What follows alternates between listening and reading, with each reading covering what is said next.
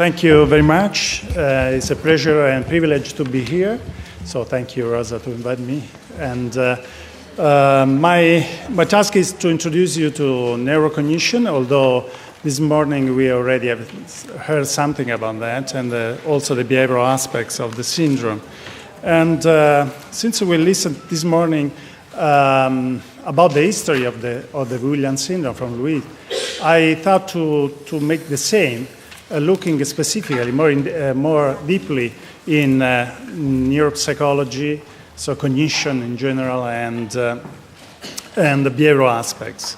So the history of the syndrome is very short, not very long. It's a young syndrome. Instead, it has the same age of me, so it's very, very young, believe me. And from the beginning, there was a long period, around 20, 30 years, that's not happened so much about the syndrome. Until the end, from the beginning until the end of the 80s, we know that the syndrome was well characterized by an intellectual disability, moderate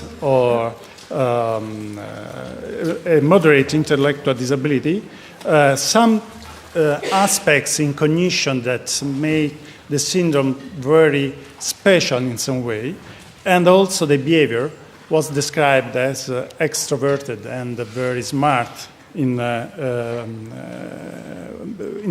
interacting with the people. So the history starts to change a little bit with more details from the end of 80s.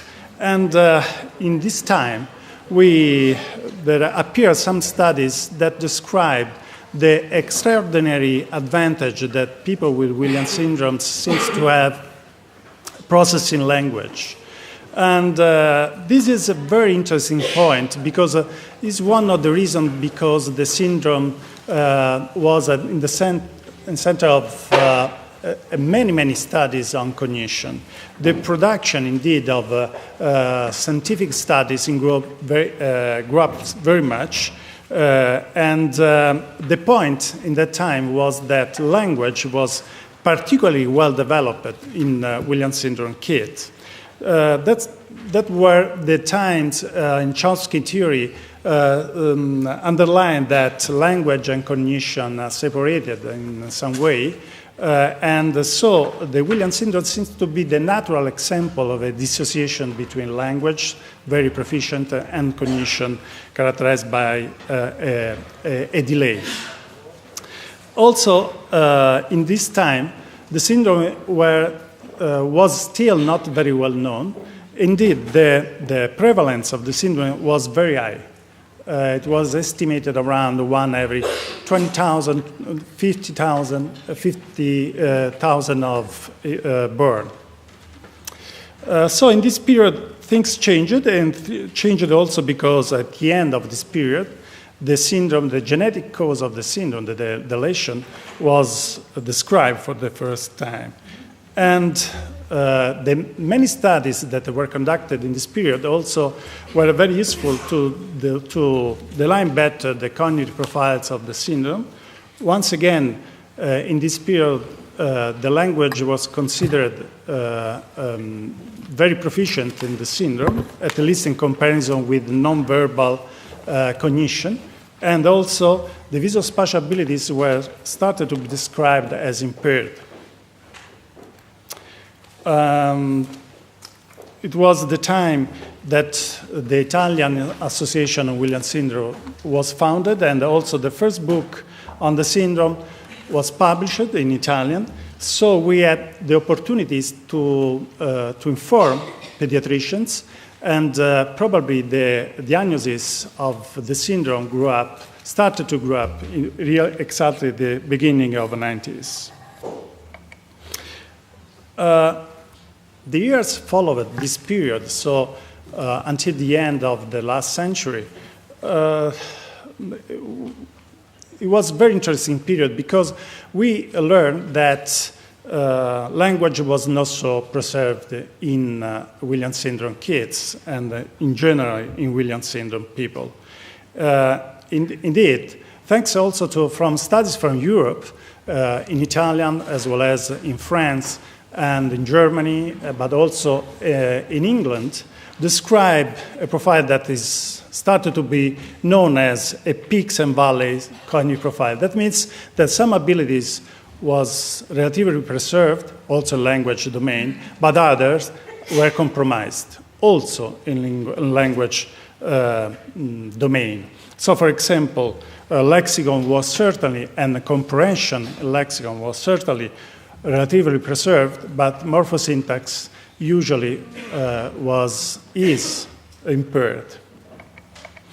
But it was confirmed that some aspects of the visual abilities was relatively preserved, as, for example, in facial recognition seems to be a functions where people with Williams syndrome obtain exceptional scores. In this time, in Italy, we published a second book just to put together the new findings on the syndromes. And as you can see, the estimate prevalence of the syndrome start to be higher, probably because we learn to be more efficient in diagnosis protocols, and also the collaboration with pediatricians help us very much in this sense.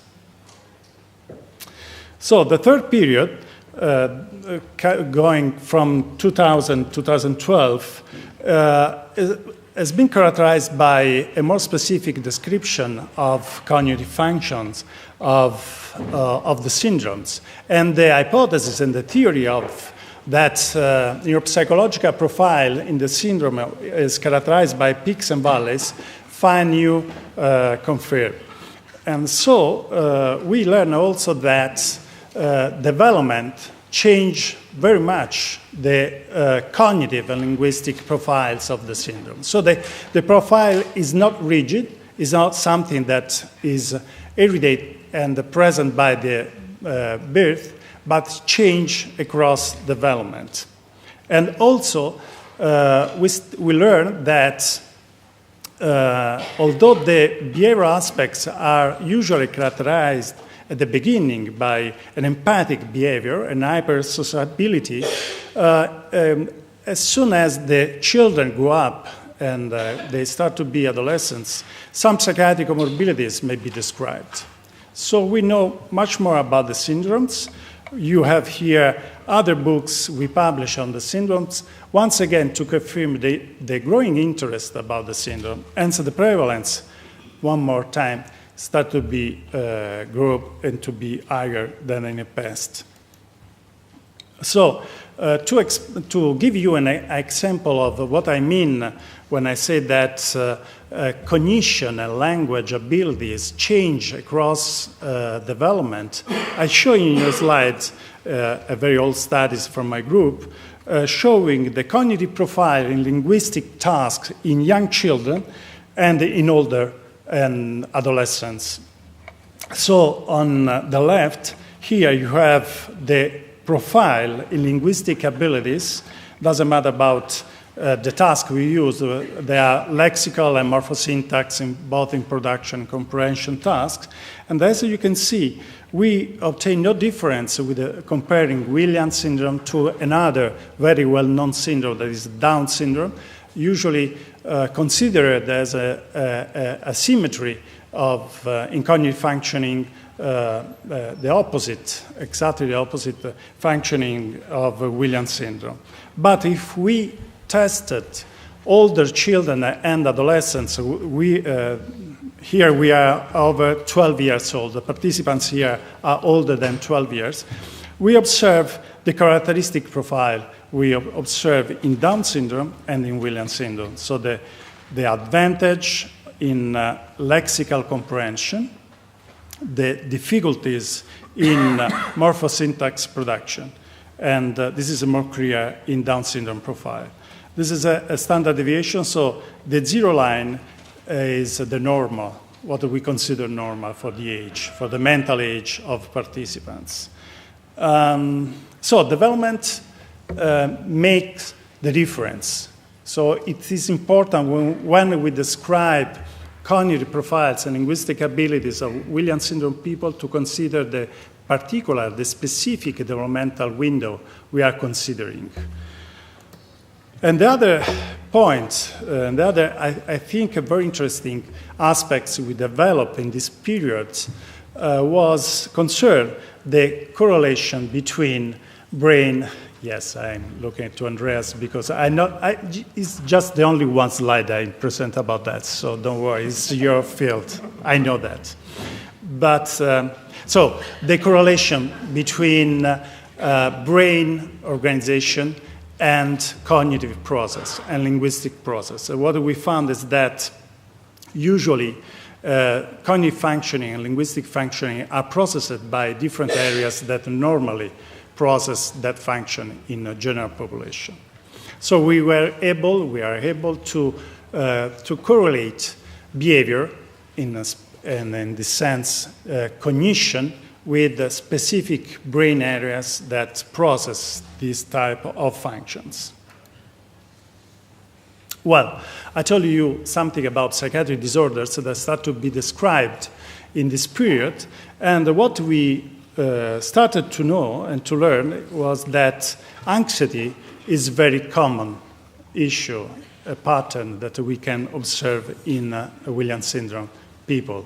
Already this morning, this data was already reported, but I think it's very important to stress this aspect because, at least in my countries, usually is underestimated and not treated at all. So anxiety is very common in Williams syndrome population, and it means it concerns generalized anxiety, but also specific phobias.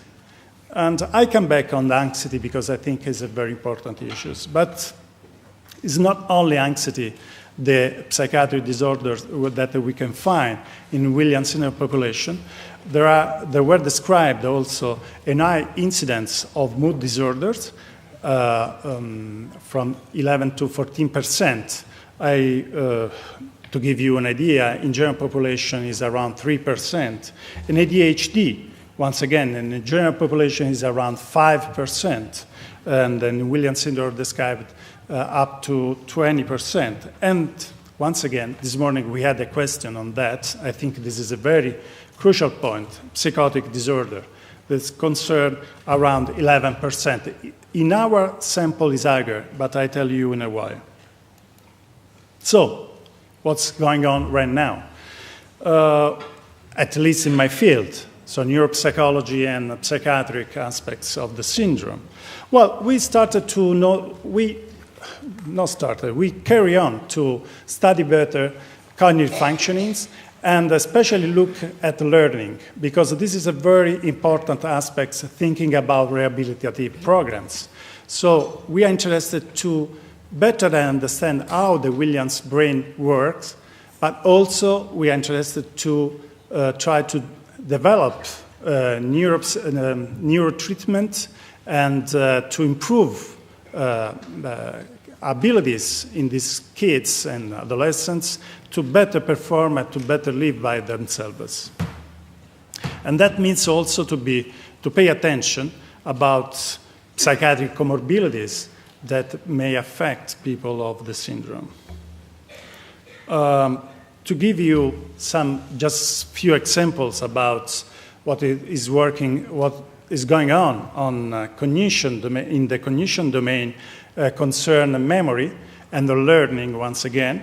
For example, it will describe a dissociation between different aspects and strategies to learn in long term. So exactly what we say as we interpret as a measure of learning. So Williams syndrome are more familiar. It's easier for them to learn and to memorize in using a familiarity perspective much more than a recollection. Many of you are not interested in memory as no expert in this field, but it means that experience can let them to learn much more than just to remember in absolute aspects. And also, we were interested about to understand if Williams syndrome people can improve their performances by observation. So if they have a guide to learn, for example, a motor pattern, they can learn better. What we did here is exactly the same. We study here how people learn a sequence just observing or not observing before to perform the task. And what we see is that people with Williams syndrome are very poor in performances, just trying by trial and error. So that means without a prior observation of the task. But they improve much if they may observe a sort of guide, an adult that performed the task before them. So observational learning seems to support learning. In this sense, it's a procedural learning, implicit learning. And probably this could be one of the ways to let the people with the Williams syndrome learn. And this is true, although also if we compare Williams syndrome performances to people with Down syndrome of the same mental age, match for mental age, and typically developing children, so controls. Because in procedural learning, Down syndrome are more proficient than Williams syndrome. So what I'm trying to say is that the profile we observe in Williams syndrome people is not just a result of intellectual disabilities, the low IQ that Williams syndrome perform, because we obtained the opposite in another group as well as characterized by intellectual disability, as is the Down syndrome group. Studies also concern other functions that are considered very important in reasoning, such as executive functions, but also in interpreting and understanding the motor system for actions. And some studies, like this one I present here, is interesting because we compare directly the functioning of people with Williams syndrome with children and controls with autism spectrum disorder. So what we observe is a very different profile. So I think that data concerning the correlationship between the syndrome and autism spectrum disorders needs more information, more data. But I would like to stress once again the relevance of development in cognitive functioning of people with Williams syndrome. We know that in most of linguistic ability, tasks, people with Williams syndrome perform relatively well, at least in lexicon, as I told you before, and especially in comprehension.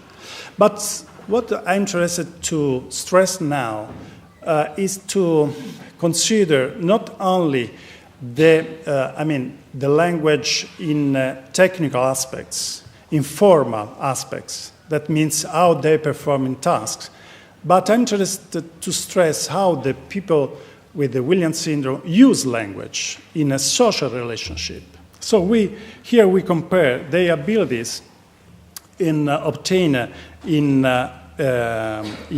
adaptive scale, the Vineland scale, in comparison with their mental age. And in general, the adaptive skills are delayed in Williams syndrome group. Although communication and socialization, of course, is relatively strong. So that means that we have always to consider the difference that there is between the formal aspects of an ability, a cognitive abilities, and the use that the people can do with this type of ability. But what is interesting for me is to compare young people with adults. Because if we consider, once again, language, and in particular receptive language abilities, communicative abilities and Vineland, in young children, in young people that participate to the study, what we observe here is that their ability, their communicative abilities is fit very well, is predictable by mental age. But if we consider adults, this is not true.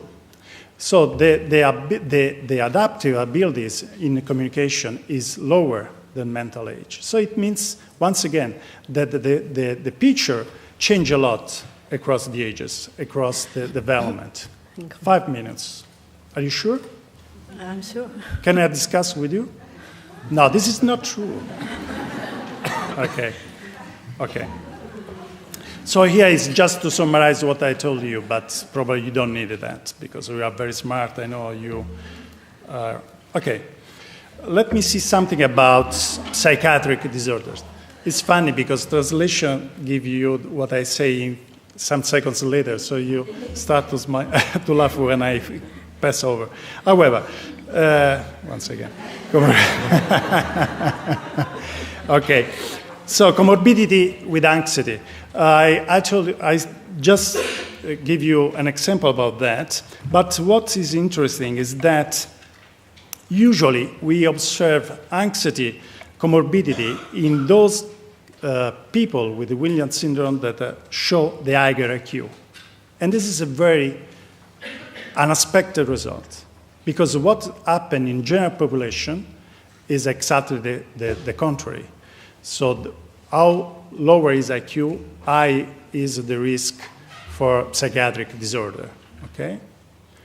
So probably it's just an interpretation, so I have no scientific data to say that. But probably higher IQ is related to an high confidence with the disorder, with the diversity.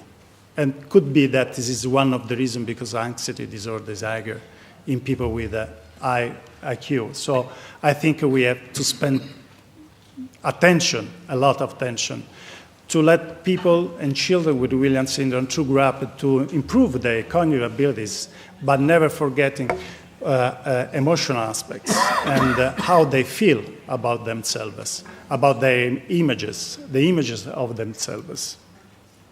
So last year we published these studies just looking at psychiatric comorbidity in a sample with Williams syndrome compared to another sample with Down syndrome.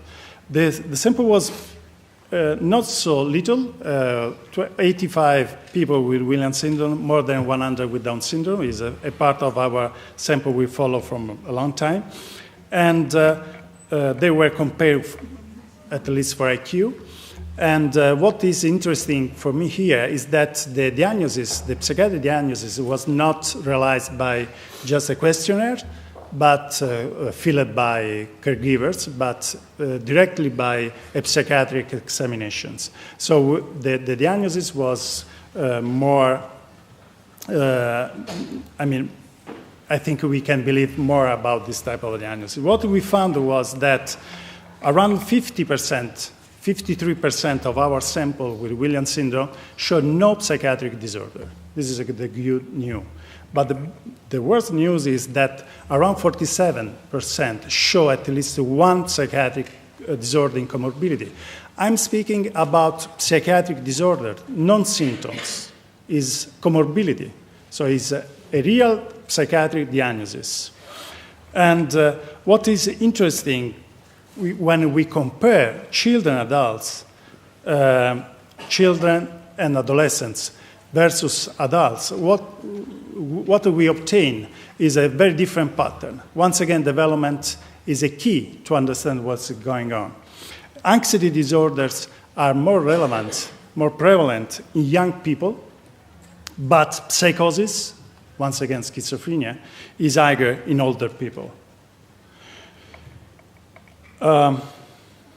When we compare directly Williams and Down syndrome, can we wait for the same profile? So the IQ is the answer? No, of course. We obtain very different profiles. So it seems to us that what I just described to you is specific in some way for Williams syndrome, not just for people with intellectual disability in general. So that's what we obtain. Anxiety disorders are still more frequent in Williams syndrome, and psychosis as well as psychosis. And when we split our sample in young and older, so child, adolescents versus adults, okay, the pattern we obtain is this. In young people, anxiety is more frequent in Williams syndrome, once again, and in old sample, psychosis is more frequent in Williams syndrome than in Down syndrome. So, IQ and psychopathology. We obtain no differences in young people, but we obtain differences in adults.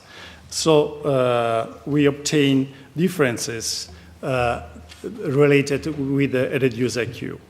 So this is the cause of the psychiatric comorbidities, is a negative effect. So psychiatric comorbidity has an impact on IQ. This is one of the aspects that we have to understand better. I would like to stress, if I have just a couple of minutes, okay? You are very kind with me, lady. I like you very much. And what I would like to stress here is that many of the people, many of the kids, many of the adolescents, adults, they show a psychiatric comorbidity related, associated with Williams syndrome, receive no treatment at all. So general practitioner, general medical doctor, but also psychiatrists, consider psychosis or anxiety just a pattern related to the Williams, not specific, so no help they have concerning the psychiatric diagnosis. I think this is a very important aspect to be stressed. Williams syndrome people need to be treated for psychiatric comorbidity. The syndrome do not explain everything. Do not explain everything. Okay, I go very fast from here, on this part because this morning they already discussed about that very deeply, so this is not my field, so it could be dangerous if I say something about that. But what I would like to stress is that probably we need a more strong link between genetic studies and behavioral studies, trying to understand how one of these aspects impact on the real life of the people. And so probably we can think about specific and personalized treatment in the next future. It's not a dream. I think could be real in a few years. Okay, I really finish. This is just to thank all the people that work with me in my lab and my unit. Really, we work in a children's hospital, but we have also some research responsibilities. You have here nurses, psychologists, speech therapists, medical doctors, all the group. But please let me give a special thank to a lady that gave a lot on the syndrome, the Williams syndrome. I learned a lot from her, and this is Annette Carmelo-Smith that passed in December last year, and we miss her very much. Thank you.